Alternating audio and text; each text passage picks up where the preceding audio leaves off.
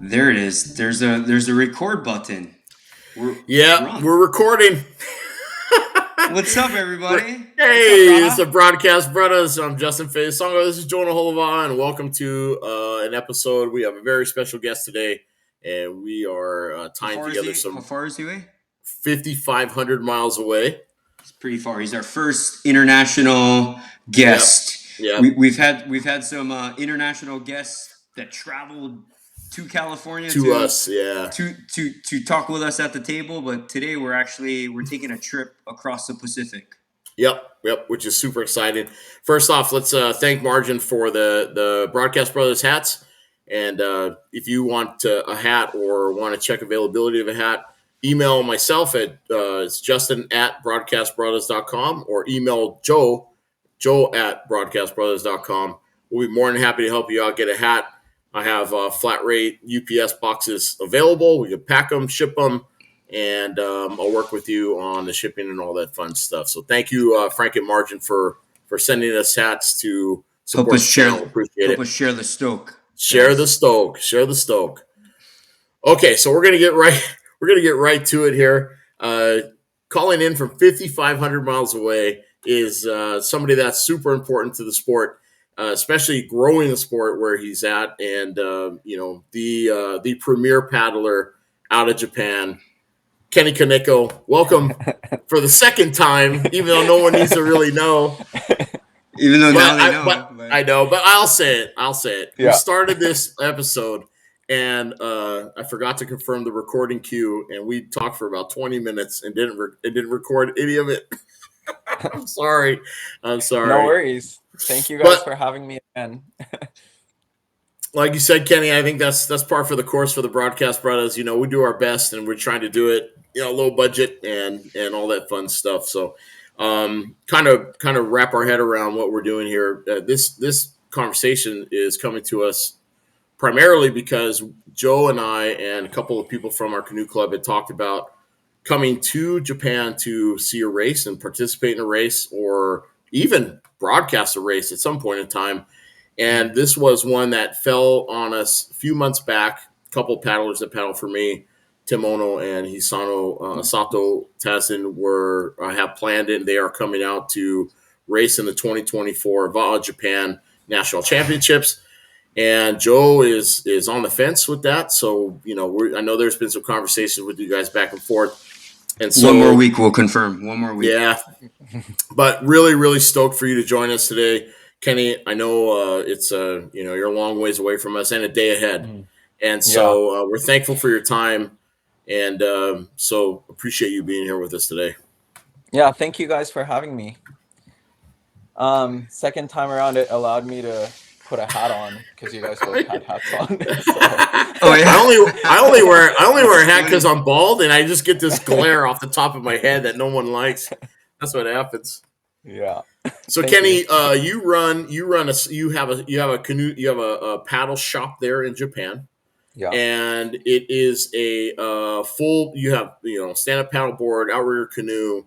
I know you have gear and equipment and all kinds of really cool stuff. Can you tell us a little about the inception of that and how you put that together? Yeah, so again, thank you guys for having me. And the shop came around like right in the midst of COVID, 2020. And a part of that was because up until 2019, I was racing stand-up professionally. Doing races in Hawaii or Europe and kind of just busy with that. But with COVID, it had time for me to not travel and stay at home. And I had my second daughter, and I thought, I was getting to an age 33 or 32 or something. I really wanted to get grounded in Japan and try and grow the sport of paddling, not necessarily just stand up or outrigger, just paddling in general. Because I think Japan is, Scott, one of the best. We're an island surrounded by the ocean, and we have a lot of lakes. So I think paddling is, um, I think it's one of the sports that isn't major, but it can be here. And That's awesome. there's no storefronts for like stand-up paddling or outriggers in Japan. So I was like, heck, like why don't we start something here? And it's been 3.5 years and it's been going pretty well. So yeah. Just like anything else, you find the need and you fill it. And what's pretty cool about that is that I think we were talking about participation in the paddling sports there in Japan, and I don't want to spoil it for anybody, but let's talk about participation in stand-up races or just stand-up overall, and your Yeah. participation you guys expect in the 2024 Japan National Championships. Yeah. So I know stand-up paddling racing has faded a lot in, Southern California Worldwide. or Mm. in. Yeah. Actually it's very big in Europe Being right now. Europe. Yeah, it's being Europe, but yeah, Super big, that's but it. Yeah. I think in Hawaii, like I have two unlimited stand-up paddle boards over there that I raced in the channel. Each of them cost like 3 grand, but I'm having a hard time giving them away. Mm. So that's kind of how it's going. But in Japan, there's still a big community of paddlers because one, it's one of the easiest paddle sports to get into, and people are just stoked on getting on the water. Mhm. And so we have races, I think from May to October, a race every weekend somewhere in Japan. And you can expect at least 100 people and at most, 300, 350 people.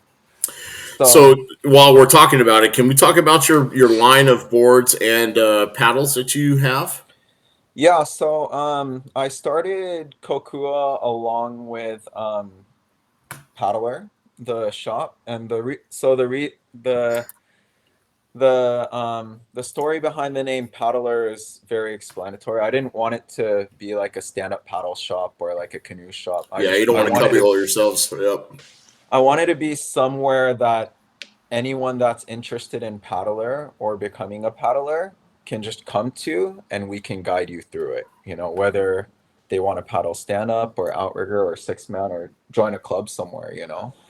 And at the same time, I started Kokua because I always had contracts with different brands during my, stand-up racing career. And I never found gear that was catered to my stature, height and weight. And I knew that there was a need for a board brand that's catered to the Asian, you know, like community, like people under 5'5", 5'4". There's not many people like that, overseas. So that's kind of why I started the brand, and it's been going very well. We have distributors now in Taiwan and Hong Kong now. So we're catered to Oh, the very Asian cool. market. Yeah, yeah. Yeah. Well, you touched on this earlier, but I mean, I'd love to hear it again. I Mm. mean, talking about kind of sharing that stoke nationwide where you are. You just touched that there's races every weekend now from May to October, Yeah, I Yeah. think and I prefaced the question with how I think we were talking about the history of you paddling, but you returned to Japan and started paddling, but you took it to the next level. You're avidly putting together races and participation, and you're bringing people to Hawaii to race, and from Japan. So you're building Yeah. crews, traveling crews. You're building international recognition, which is what drew all of us into the kind of Mm. this conversation. So yeah, so to finish, not to cut in on Joe, but to kind of give a preface to what Joe was asking. Mm. So um, I think, oh, sorry. yeah, go for it. Go for it.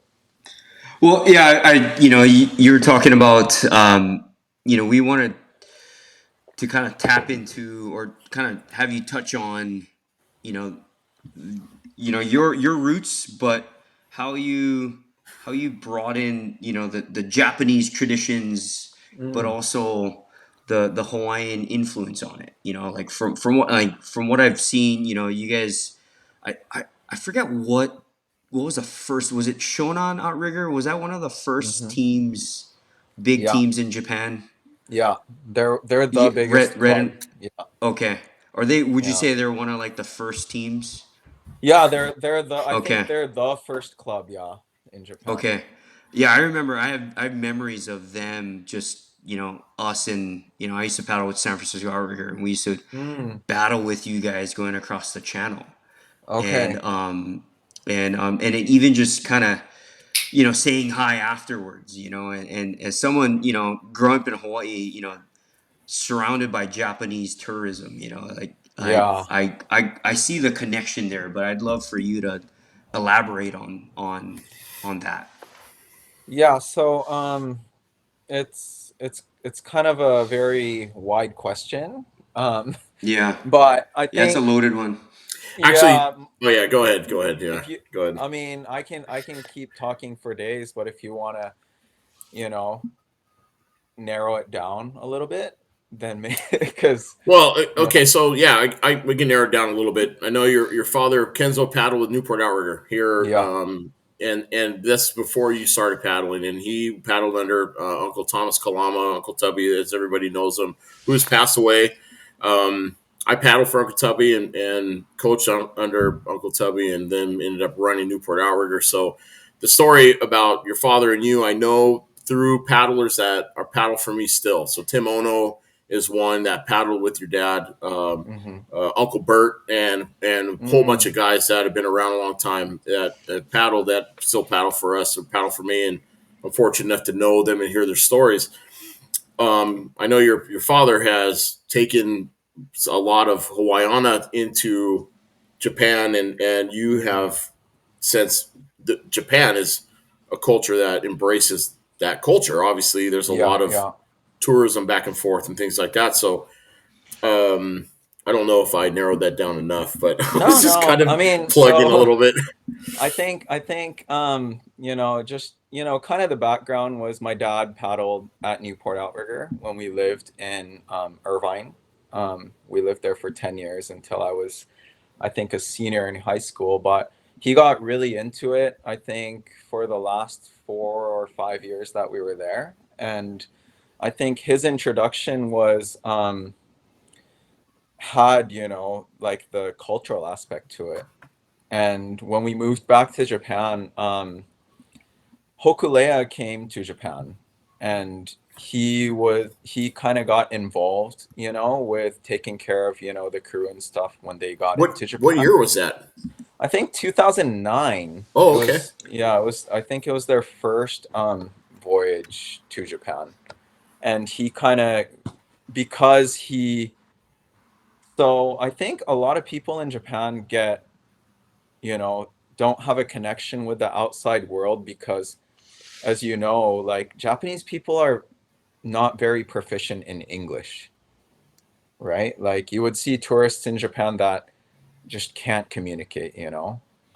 And when my dad came in, because he could speak English and he had the outrigger background, when Hokulea came, he kind of took care of the crew and stuff. And he got like a big influence from, you know, the crew of Hokulea. And he felt like he needed to perpetuate that culture in Japan and started our Outrigger Canoe Club. So that's, you know, Very he cool. never got Okay. into it as like a Mhm. sport, you know, trying to be an athlete Mm-hmm. or like, you know, doing well in a race or something. So that's kind of been the, you know, the like the core of how he wanted to grow the sport here. And I've always watched that.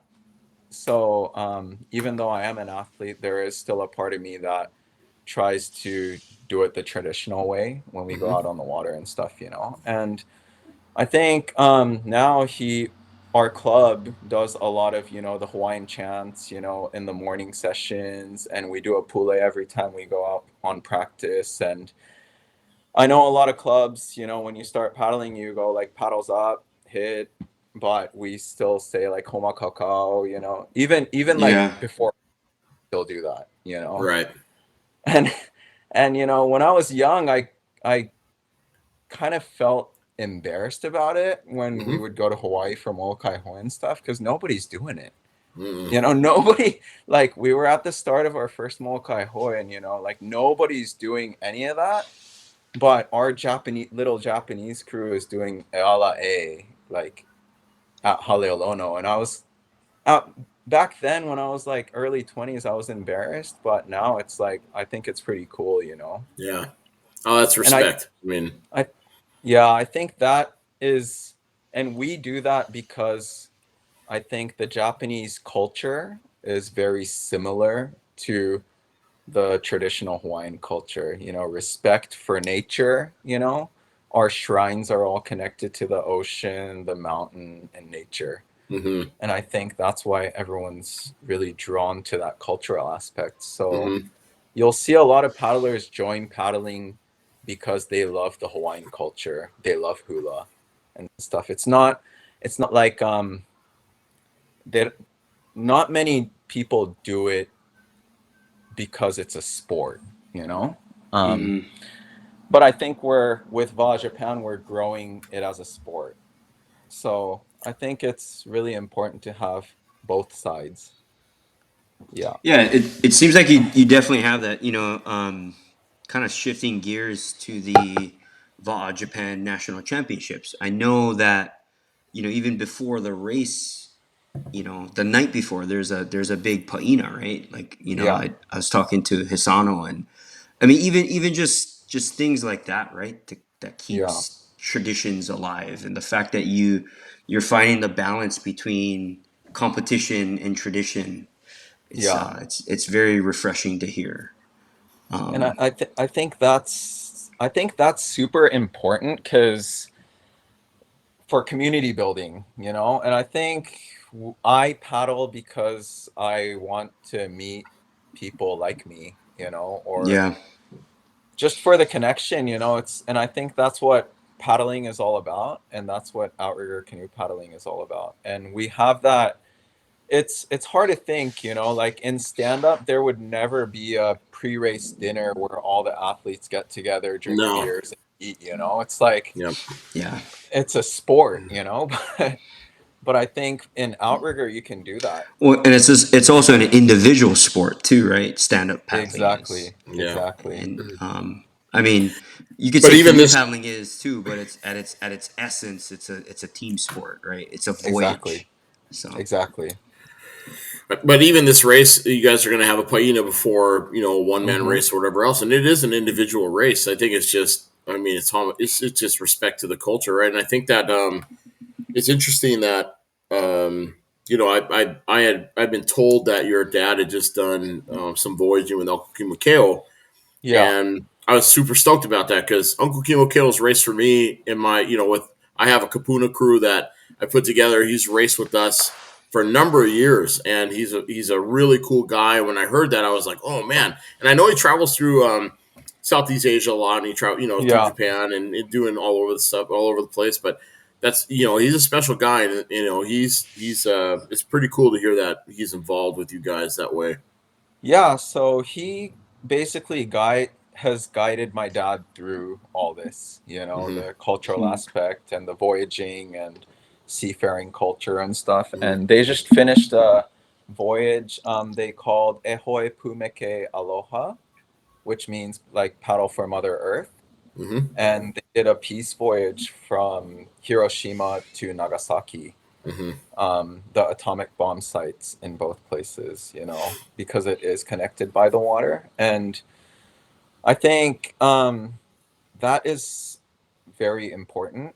And a lot of people, it's very rural countryside, but they would have like Kimokeo would talk about the culture, and there would be like 50 old ladies and like old uncles, like coming. They don't know about outrigger canoe paddling, but they're very drawn to it because I think culturally there's such similarities. Hmm. Mm.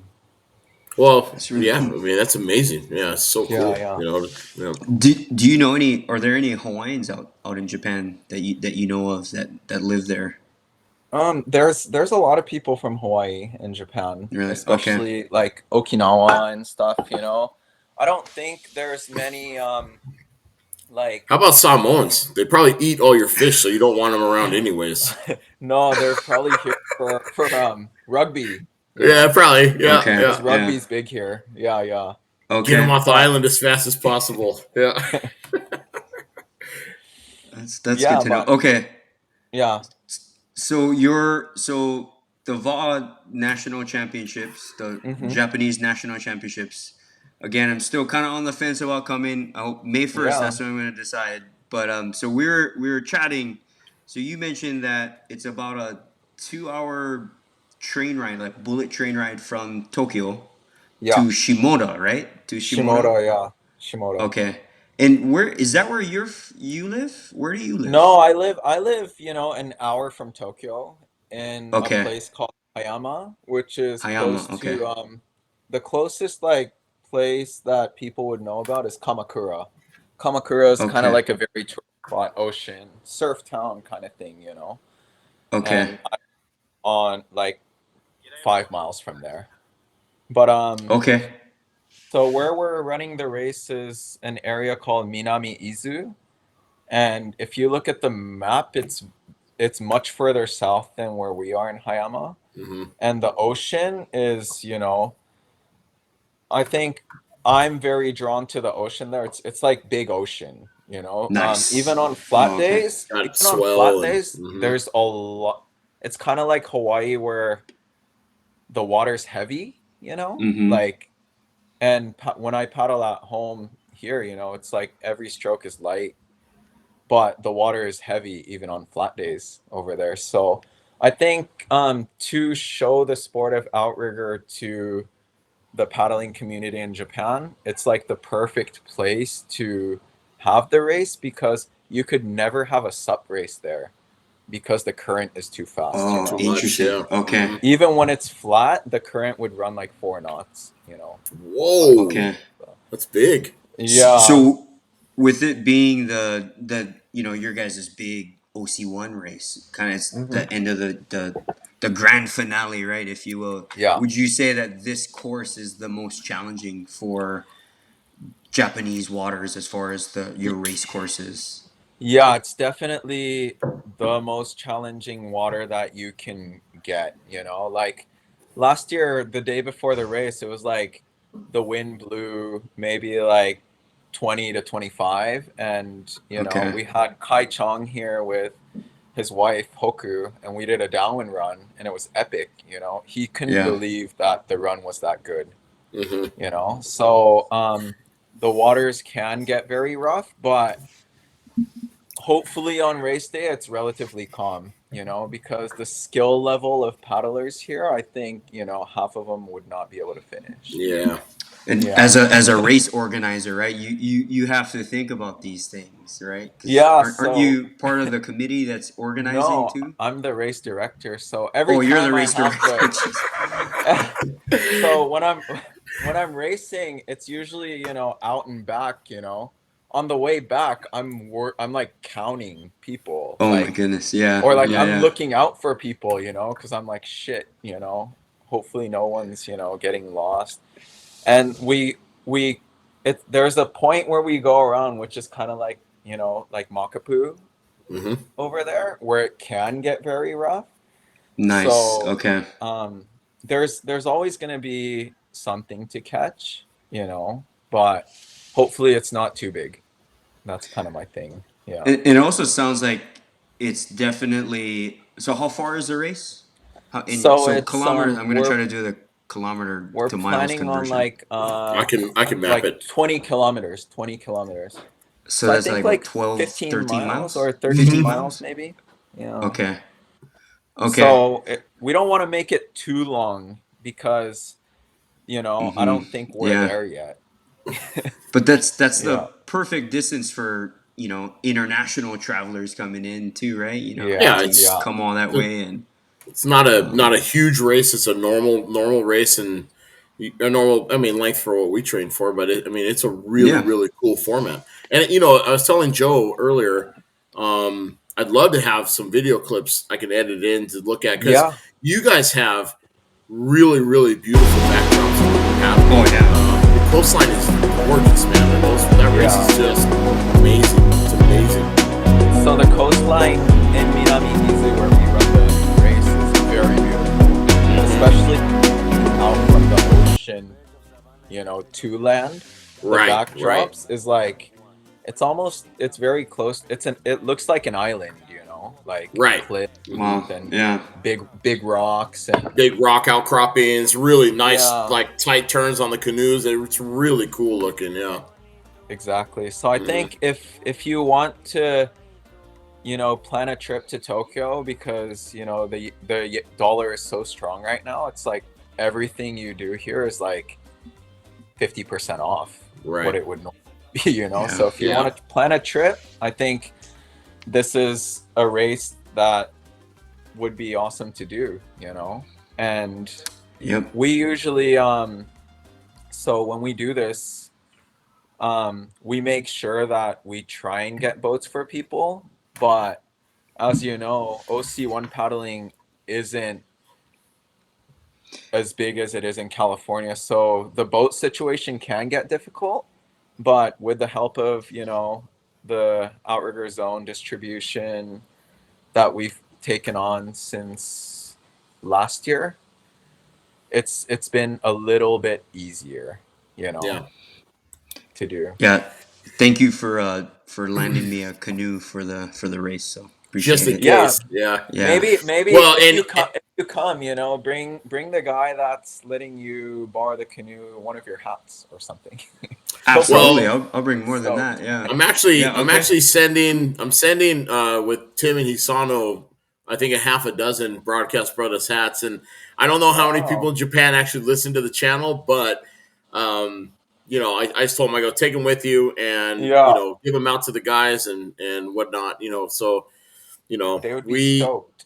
Brad, like, That's it's awesome. just Yeah. stoked talking about it, and honestly, it like for Joe and I have talked about this a bunch of times, but we ultimately would love to come down there and film a live race and film it, from a boat, do the live broadcast, and do the whole race front to back. It would be We'll help amazing. you count paddlers too. Yeah, we Maybe, can count them. maybe Yeah, we're a yeah. safety boat too for you too. Yeah. Maybe. Yeah, we can mask as a safety crew and do the whole thing, but it's a really, really cool thing. And I think you're talking about how you guys get some really heavy groundswell and you get some real big tides and conditions.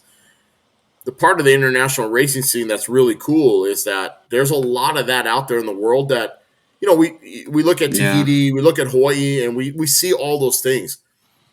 There are plenty of other places in the world that have the similar kind of ocean conditions that will facilitate really fun races. And it's just a matter of kind of, looking at all of the broadening all that up. And I think that as the IDF does their international stuff with the long distance and Yeah. not so, I mean, the sprints so much don't really talk about, or they don't, because, regattas are regattas. They're great. They have their place, but the long distance stuff shows a lot of like teams coming in from, we saw in Samoa. Joe and I talked about this a bunch of times. I watched Brazil, like, Brazil's just working their way up into a weird top category, but out of nowhere, Chile comes out with a team that placed it with the Masters crew. And you think about the kind of water conditions they got to paddle in order to be comfortable in what they were doing in Samoa. There's things all over the world that we haven't seen, and part of Joe and I's, like, kind of bigger goal and desire is like to kind of show all of that to everybody. It's pretty cool, Yeah, and I think paddling, I think outrigger paddling, in 10 years will really be like a global sport, because Yeah. it's there's so many places around the world that you can paddle. I've been to SUP races and I wish I had my one man, because on a SUP, when the ocean gets rough, it's really hard to do out and backs or, explore the coastline. But if I had a one man, it's like Yeah. you could really check it out, Yeah. Yeah, yeah. Yeah, it's And kind of interesting, right? Like the stand up world, they really aggressively progress the design of the board, right? mhm. For To sure. where they made them faster, Yeah, but they also made them less stable. So now they're basically turning exactly. into surf skis that you stand on. Right. And Exactly. so Exactly. so For it makes speed. sense why, yeah, they're built for speed. Hmm. It's kind of turning into like Indy car racing, and it also makes sense Yeah. why it's big in Europe, in Mm, these kind of lake and river kind of conditioned, very controlled environment courses. Well, brother, like mm, you see some of the Eastern Europeans that are landlocked, right? And they're yeah. doing, K1 and all that kind of stuff.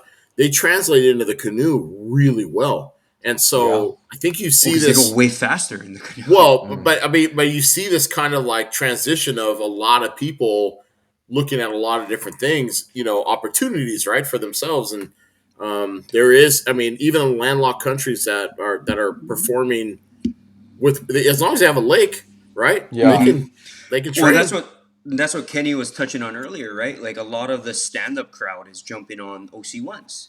right? And you Yeah. you Yeah.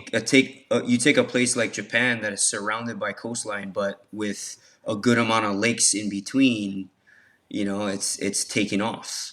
Yeah. So I Um, think it's every time so we do with my sup brand we do a lot of demo days, because we have 30, like maybe close to 30 shops that carry our boards. So we'll travel around nice. Japan with, our sups, but I always make sure I take one man now. And when I get people on it, it's like they can't believe how fun it is. Right, right. Because Yeah, it's that's you cool. get more Yeah, benefit for the effort, right? So if you're on a exactly. sup and you're moving, the stroke rates or whatever, you get in an Yeah, OC1, you do the same thing. You're traveling, a good exactly. distance faster. Yeah, Well, it's just easier on your body, yeah, you yeah. know. That too is less impact. Yeah. Yeah, I paddle sup when I want to get really fit. Well, Yep. you guys, Like, you're an athlete, right? yeah, For the but everyday I user, don't. it's like, oh, I can go this fast in a OC1. Like I'm going to do this. Yeah, I don't go cruise on a race board sup. Right, No. Like, right. Yeah. because you can't just stand there. It's very You got to keep difficult. moving. Yeah. Yeah. Exactly. It's like a surf ski standing up. You need the paddle in the water to make the thing go. But I think it's the best way to introduce people into paddling on the water because Oh, it's you think very stand up is? accessible. It's very accessible. Yeah, and It's you can very see, convenient. right? You're Yeah, taller, you can see what's going on more. exactly. And I see a lot of people that have been racing sups for like 5, 6 years that are kind of getting burnt out jumping onto the OC Hmm. ones. Hmm. Yeah, We're because kind of we're kind of seeing that here too in California. Yeah. Yeah. yeah, that's what I've noticed, like with Danny and his crowd, it's like when I used to go 2000 like 15, 16, there was a lot of people paddling stand up, but now they're all on like OC ones, Yeah. or paddling Yep. stands. Yeah, yeah. Yeah, that's interesting to that market was really really hot for a little bit of time, and then it's kind of like at least here in the United States, kind of just softened out a little bit, and I think the money's kind of moved around. So that was probably Yeah. the desire for stand up paddleboarding was there was money involved, and there was you could win money and do all that kind of Yeah. stuff, and it's kind of just settled down a little bit. So you see it moving around. You see guys changing disciplines, going into outrigger canoe paddling or something Hmm. else. Hmm. I think there's the thing that happened with stand up was, it's a lot of the brands' fault, like the big European brands and stuff. They wanted Hmm. to make sure the boards are faster, lighter, which Yeah. meant narrower, and they just kept making it It was harder and like harder Apple. for people to do. Yeah, Exactly. yeah, And And they'd you come just out with kept. a new board every year, like Yeah. just keep coming Yeah. in. People can't keep up with that. Just like hmm, Apple. They make the new Yeah, iPhone every year, right? And it's like, exactly. okay, the camera's better, the battery's better. Buy it. You gotta buy it. Oh, by the way, it's Yeah. this much. right? Yeah, but the alternative is, Bretta, is that you could be an android like me and not figure out how to confirm a recording. I mean, that could happen too. So, Yeah, that too. It's a good thing. yeah, It's a good thing you don't use the stand up. yeah. Exactly. So, Kenny, something as we're getting towards the end here, that's important for everybody is that anybody that's interested in coming to Japan to paddle, how do they get a hold of you? I put up some links and stuff like that, but it's good to say the links and all that other kind of stuff. Like, how can we get a hold of you? I think if they want to, some guidance on where they want to paddle, they can always send me a DM on Instagram or our paddler shop Instagram, and we'll kind of guide you through it. If you're coming to this area, we can get you on a 1-man, a 6-man, a stand-up, but if you're going, elsewhere, I can always connect you to somebody. Yeah. And what's your Instagram handle? Right. It's Kenny Kaneko, I think. Just Kenny Kaneko. You got to hold the O at the end. No. Bunch of O's, yeah. It's Kenny _Kaneko. Okay. I was trying to think about what it was. Yeah. Hey, so besides your father, do you speak to anyone else in English in Japan? You mentioned that English isn't as proficient. I have a couple friends, but my English gets rusty year after year after year because I don't really get to use it.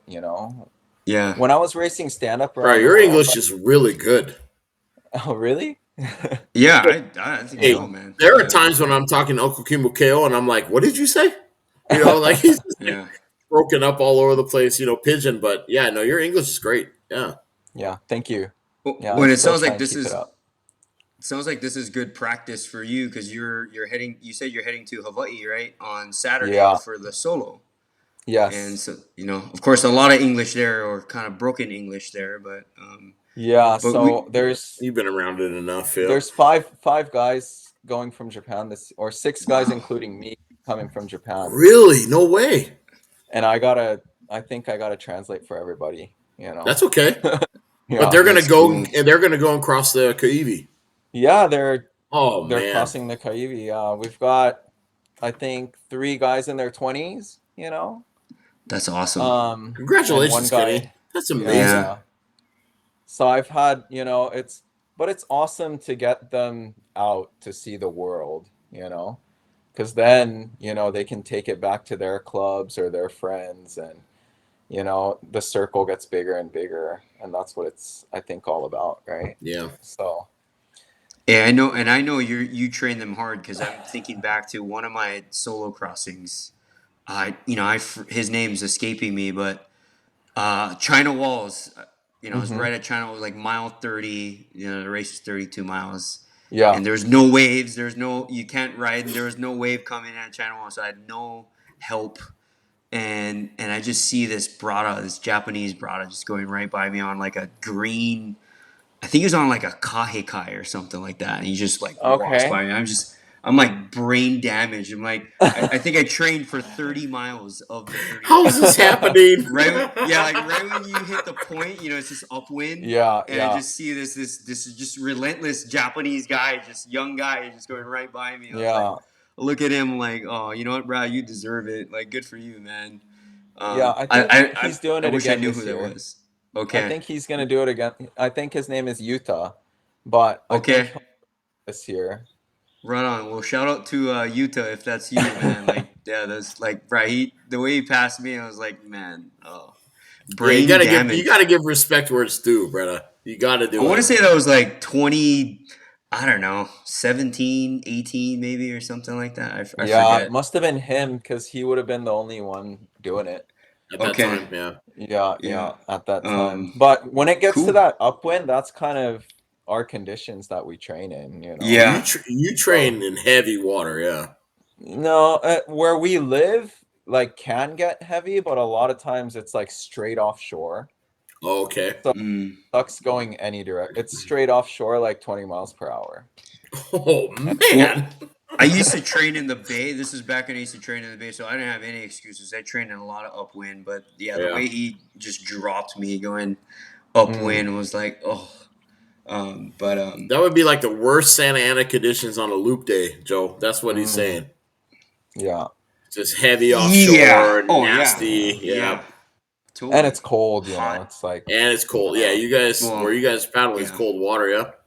Yeah, in the winter, trying to train for the solo sucks, because in the winter it gets very, very cold, Water's like 13, 14 degrees and Celsius. So Celsius. yeah, that's like Celsius. Yeah. 56. That's probably like 60 Yeah, Fahrenheit, I think maybe. 60, I don't 60 know. I'm maybe. totally guessing that one, but And air temp is like 50, 55, yeah. Yeah, you're dealing with that, Yeah, yeah. So exactly. do you guys so going to Hawaii is like a major like climate change for you guys too, like Huge, humidity, yeah. right? Yeah, So it makes sense why you're going this weekend to acclimate. That's exactly. smart, I think right? just to get used to the water. And Yeah. right now it's, training's tapering down, so it's just Yep. getting used to the conditions, Yeah. Yeah.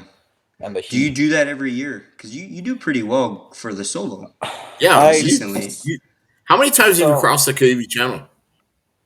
I between SUP, 6 man and 1 man, maybe like 10, 11 times maybe. A good amount, But yeah. for last year I did the solo, and the year before the solo I did before that was in 2015. So it was like Hmm. I was Oh, away it's from okay. OC1 paddling because I That was was my doing first SUP. solo, 2015. Yeah, I remember 15 that was your Mm. year. first, yeah. Yeah. But yeah, last year I think I got like 24th maybe. So Yeah. hopefully I break top 20 this year.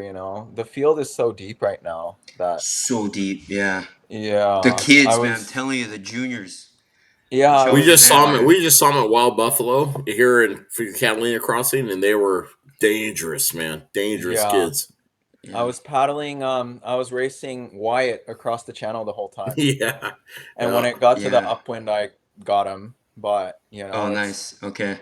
it's Horsepower. a, It's all horsepower. it's going to be a tough one, I think. Hmm. But excited to get over there. It looks like it might be windy, so Okay. yeah, That's awesome. excited for that for Right on. sure. Yeah. You know what's great. What it sounds like is it's cool to hear that you have these five other paddlers coming with you. But I like back to that balance that we're talking about. Like you're you're pushing the you're pushing the performance side of things, but you're also Mm-hmm. keeping the tradition. And I think Honoring the tradition. you're Yep. honoring the tradition, and Yep. That's a that's really pretty important rare. balance. Yeah, Hmm. and Mm-hmm. so we salute you for doing that, man. Yeah, That's 100%. and directing races and running a paddle shop, and so that's why Yeah. we're really happy that you jumped on with us. Yeah, I think This it's is kind of important to give back. It's yeah. like giving back to the sport that's given me basically everything I have now. It's like I think that's important. Yeah. Yeah, that's a very good and way So to put it. you have. I mean, not to get in your personal life, but you have a couple daughters. You said, or I think I I have two heard. daughters, one in elementary school and one that's 4. Oh, Yeah. young. Yeah, young ones. Yeah, Yeah. I got one that's she keeps running back and forth back here, and I keep telling her to stop, but she is not going to listen. She went hard it's headed it's Samoan, that's for sure. it's crazy she's not on your lap. If my daughter was here, she'd be all over Yeah, the camera. yeah. Yeah. She wants to be. That's why she keeps bouncing back and forth because she just wants to have the attention a little bit, right? But yeah, Yeah. Anyways, yeah, that's really cool. So, couple daughters, are they into paddling too, or not yet, or No, or actually my elementary school daughter like started so we have like a keiki program at our club from cool? first grade to 6th grade, and she's Hmm. joined this year. So it gives me a reason to, go steer the kids canoe and stuff, coach. Yeah. Yep. Nothing better to do. It's better than standing on a soccer field watching your kid play soccer or something, right? Yeah.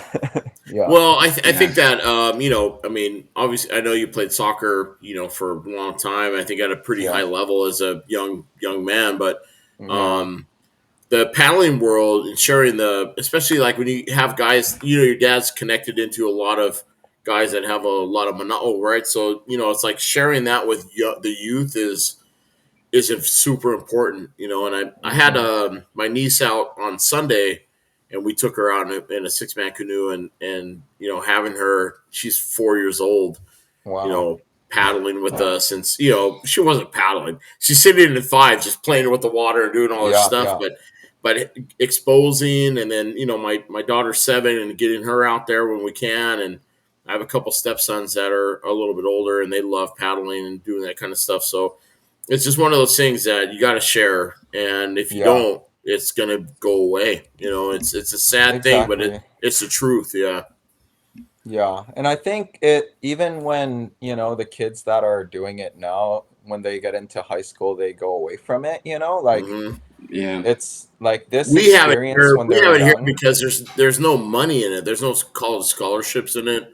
Like, so we have a weird demographic here. So if you look at paddling for us, kids get into it and then it drops off because they go to college and they're gonna do something else, and then they don't come back until they're in their 30s maybe, Mm, and then you have this huge increase of paddling like population from 30 to 60. It's just like yeah.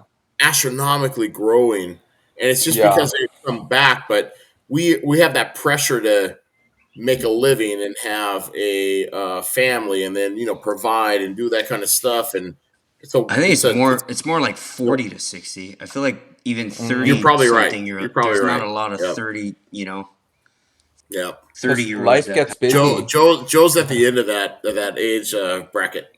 Yeah, so I have like 6 years of experience in the 30s to tell you that, like, yeah, there's not a Yeah. lot of 30 something Yeah. year olds that are There's paddling. not. Joe's in the So middle of Joe, that whole deal, and there's not a lot of mid 30-year-old guys that are paddling at a high wow. level. It's Really? mostly, yeah, just in general. yeah.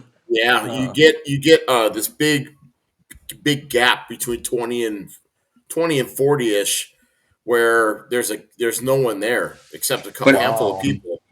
but I think And it's 40 part of 40 to 50 to 60 is a big growth group. Mm. but I think part of that reason is exactly what Kenny was talking about, where paddling in Japan is an activity. It's a family. It's a gathering, right? Like how Yeah. it is in Hawaii, where here Yeah, it's I just agree it kind of 100%. became a sport, and It's a cultural and thing. Yeah. yeah, and you kind of learn like, oh well, okay, it's hmm a sport. Well, how much time do I have to commit? Oh, ooh, I gotta commit that much. I mean, I go through that Yeah. struggle constantly. Like especially the older I get. It's like, ooh, Yeah. A lot you of know people what? here, it's a weekend pastime, right? It's just like, oh, okay, Yeah, we're gonna go Yeah. race today, and we might train a little bit in the week, but it's not much, and yeah. it's different. Yep. So it's Yeah. it's pretty cool to hear that you instill both ends. Yeah, I You know. agree. I Yeah. agree, and it's super important, and I think it's a really cool thing to hear. Yeah. Definitely. Mhm. In Samoa, we just use the canoe as transportation. That's it. We don't race. We don't. So our families, and the generations that come from that are different. We look at it in a Yeah. different way. It's part of getting around the island. And that's Yeah. it. But they're But on the water every day. yeah, Wow. my grandma used to make bootleg beer, and they couldn't transport it by road because it's illegal. It was illegal at that time, and I think it still is illegal today because Vailima in Samoa is a national beer. So I think there are a couple that have figured their way out. But anyways, a long, long time ago, she used to brew her own beer. So my uncles and my dad would take a canoe and paddle the canoe with the beer to another village and go sell it to another village, and then paddle the canoe back because there were no police officers in the water, so that's what they used it for. And then Wow. and then they moved to the Hawaii to Laie, and they helped build the PCC, and there was that whole deal. And then my dad was out of canoe paddling stuff until I started it again when I was, I don't know, I think it was 2000 ish, right around there. Then I got him a Mm. canoe. I had him buy a one man, and we paddled together, and then we got into anyways. It's just kind of a weird big circle for him, and Mm. paddling ended up just like you. Paddling ended up taking 100% of his time. That man surfed 4 times a day, or 4 times. Sorry, Mm. 4 times a week. He would Wow. drive and surf, drive and surf, drive and surf, and he would get crappy conditions, crappy, crowds. And then when I introduced him to paddling again, he goes, it was like he'd take a canoe and a surfboard, and if the surf wasn't right and there was too crowded or whatever happened, he would just drive somewhere, launch his canoe, and just paddle, and Yeah. it itches the same or scratches the same itch, right, so to speak. Yeah. I mean, I grew up surfing in Newport Beach, like when I was in middle school and stuff. Mm-hmm. But with paddling, there's never like shitty conditions. It's like Yeah. The it's more always windy, the fun. better. Yeah, Yeah, yeah, yeah. exactly. Yeah, Glassy is fun too. yeah, yep. It's like, Mm-hmm. yeah. With surfing, there's like, it's either really good or it's too crowded or it's shitty. So Right. that's why I like paddling. Yeah. So you I don't know if it was on our previous recording or if it was on this one, but you mentioned that when you're you kind of dabbled with paddling as a kid here in Yeah. California, but it wasn't as cool to you. Yeah. You did mostly surfing and soccer. Yeah. And then Yeah. when so it sounds like you moved to Japan your senior year of high school. Yeah. Can you think back to the turning point for you? Was it where you were the surf wasn't as good, or was it Mm. how Good did you question. kind of Yep. change the outlook on paddling? Like what was that moment like? The So shift. The I shift. so I think I grew up in Irvine, and I moved back to Japan to play professional soccer. And Oh, okay. Oh, okay. I Yeah. got a contract with like a J League club here, and I went back to play my senior year. But I got injured the first three Mm. months, ACL, and I was culture shocked when I moved back to Japan. Just the Wow. Yeah. trains and the Tokyo, the city is very cold. It can be very cold, like as in not like temperature cold, but it can be a very lonely place. Mm-hmm. People And are I was very lost. kind of People knew. focused. People knew you were American. Yeah, basically. Mm-hmm. But I look Japanese, and then we Right. lived near the ocean where it's like a surf town, but I'd go surfing, the waves would suck, and then even the surfing vibe is very different here, Like over Mm-hmm. in the US, you don't have a watch on and you ask the guy next to you, like, hey, what time is it right now? And they smile and tell you back. But when I would do that to other surfers in Japan, they would look at me weird and stuff. And I was kind of over surfing too, and my whole career or my whole life, I was trying to become a pro, and I was on the verge of giving that up. And my dad had a old two-man, I think it was a John Martin, Oh yeah. and he was Mm-hmm. like, "Yeah, we should go paddle," and he took me out on like an onshore day, like couple miles out, and then we surfed back, and I was like, fuck, like how fun is this? Yeah. And I Mm-hmm. was Yeah. Okay. and that's kind of what got me hooked to paddling. Yeah. And how Yeah. old are Mm-hmm. you? What was your age at? Were you like I right out of was high school? No, so that was my first year in college, because Okay. after I gave up my soccer career, I went to university in Japan and kind of just partied for a year.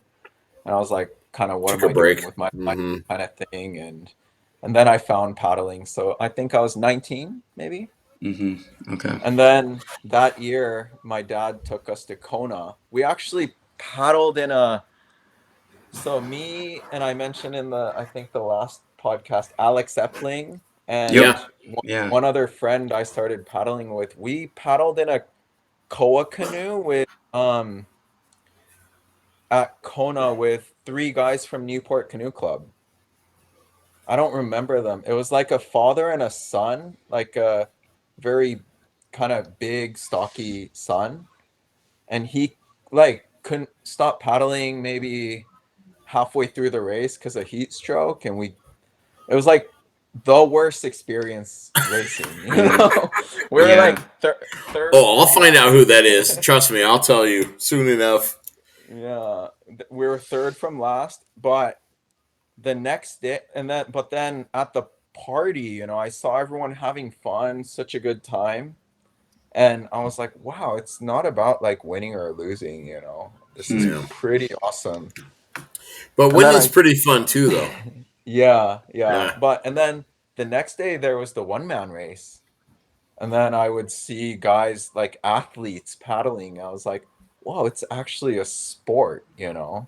Yeah. And then it's kind of I wanted to try and, you know, try and prove myself in a sport because I kind of had to give up on it through soccer. So that was kind of my introduction into trying to be like an athlete paddling one mans and stuff. Yeah. Yeah. Hmm. It's very cool. Yeah, you definitely Yeah, created yeah. your own, which is awesome to Mm, hear. Yeah. Um, yeah. right on. Well, shoot, Yeah. we learned so much about, you know, paddling in Japan Yeah. and your Well, and about upcoming. you. Yeah. Yeah, exactly. And and the the races that you're organizing, especially the big one that's coming up in the Mm-hmm. middle of May. And Yeah. yeah, we can't thank you enough for your time and just what you're doing with the sport. You're truly perpetuating the sport, and we Yeah. love Which is, to talk yeah. to people that are just making a tremendous impact, right, Mm. on and off the water. So we can't thank you enough for doing that and being Yeah. a solid representation. So And I hope to have an opportunity maybe next year to come there together, like Joe and I together, and broadcast a race and kind of bring it live to the world. You know, it's like that's kind of our, I don't know. I mean, that's my idea of Yeah. paddling tends to morph into new things, and for Mm-hmm. me, you know, I mean, having raced and then coached and run a club and still running the club and still paddling, and then it's like the next thing is doing the next level, which is bringing it to the world. So Yeah. I hope that we have the opportunity to do that next year, and hopefully we can connect on that. And I'm really excited Definitely. about it. You know, Joe, let me know if you're coming by May yeah, I 1st. will. Yes, And by May yes. 1st, Yeah, yeah, thank you yeah, yeah. again for being registration is flexible closed. there, So and yeah, shout out to that person that's letting me borrow yeah. their Volare. And Really Kenny, I appreciate Yeah. it. thank you enough for helping take care of Timono and Hisano Sato Tassi. And I think that I think for anybody that's going to Japan that's watching this episode, you guys just got to reach out to Kenny. I mean, he's the guy, and he will help navigate you through whatever you need and help you accomplish your paddling goals in Japan. Japan is a beautiful country and has a lot Mm-hmm. to offer, and everyone should go there and paddle. That's basically what we're getting to, right? Yeah. Thank you guys for, you know, giving me the platform to get the word out about Japan, you know. Hey, and you know what, brother? Anytime you got something you want to talk about, you bring it to us, and we will give you whatever platform you need. We would Yeah, love to talk to you again about the future and new races, or helping support a new club, and maybe getting canoes there and Yeah. all that kind of stuff. Like for us, it's a medium. Like Joe and I think talk about ourselves as a medium between a lot of people and combining a community, and that's kind of what we like to do. Yeah, I'd love to, you know, try and bring a crew for Catalina or, you know, even a couple Oh, guys out for yeah. one of the V1 races or those C1 races, you know. So I'll Well, if you definitely get need in touch. canoes for that, let me know. We got plenty of connections for that, and we can figure all that out. It's easy to do. Thank you. yeah, and best of luck with the solo Yeah, and the man. rest of the training Yeah.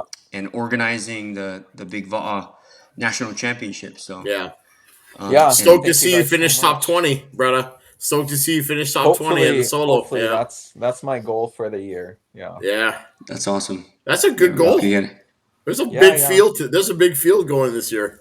Yeah, I know, but I've always wanted to break 4 hours, and I think if I break 4 hours, it puts me somewhere around there. So Yeah. Nice. it's not a race against someone or for places, but it's like if I get under 4 hours, then I should be Yeah. around there. Yeah. Can you imagine if Well, there's like 30 guys under 4 hours? That would just be insane. Yeah. it'd be the biggest day That's And I across the and I channel and ever. I wouldn't be surprised that's Yeah. if that exciting happened though, sooner. It's Yeah. Yeah, so yeah, It'd exciting, be a good day. you It'd be know, a big day across the channel with a lot of highlights for sure. for yeah. But sure. Kenny, proud to see what you're doing in Japan and with the sport, perpetuating the Mm. sport, perpetuating the culture in the sport, and thank you very much for doing all that stuff, and thank you for your time. We've been an hour on. We had 20 minutes of time that we didn't record, but I appreciate you re going Yeah, through that man. whole thing again, man. Thank you so much. Yeah, thank you. Okay, guys, we're See gonna you end this. guys. Good night. Thanks to the Broadcast Thanks, Brothers. Thanks Kenny. to Kenny Cheers. Kaneko. And Yeah. Thank you. cheers, brothers. Aloha. Thank you guys so much. Aloha. Hui hou. You.